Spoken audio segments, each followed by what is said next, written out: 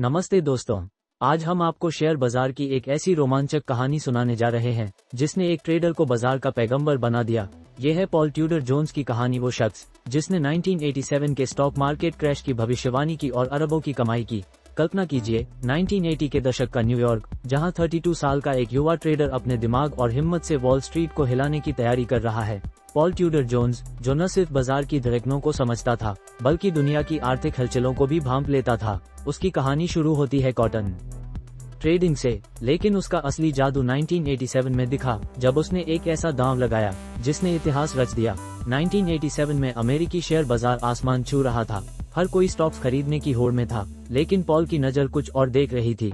वो तकनीकी विश्लेषण और मैक्रो इकोनॉमिक ट्रेंड्स का मास्टर था। उसने चार्ट्स में देखा कि बाजार में बुलबुला बन रहा है। उसने 1929 के क्रैश से तुलना की और महसूस किया कि इतिहास खुद को दोहराने वाला है।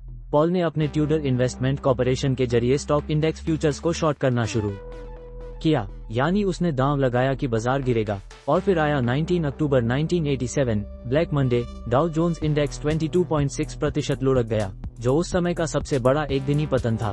पूरी दुनिया सदमे में थी, लेकिन पॉल के लिए ये दिन सुनहरा था। उसने अपने फंड को 62% रिटर्न दिया और करोड़ों डॉलर की कमाई की।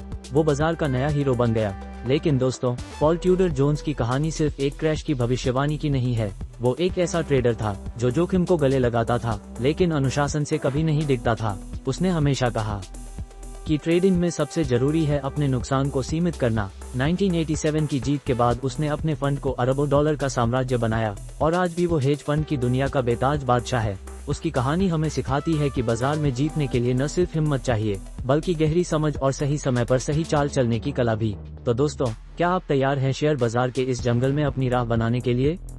कमेंट में बताइए और इस रोमांचक कहानी को शेयर करें।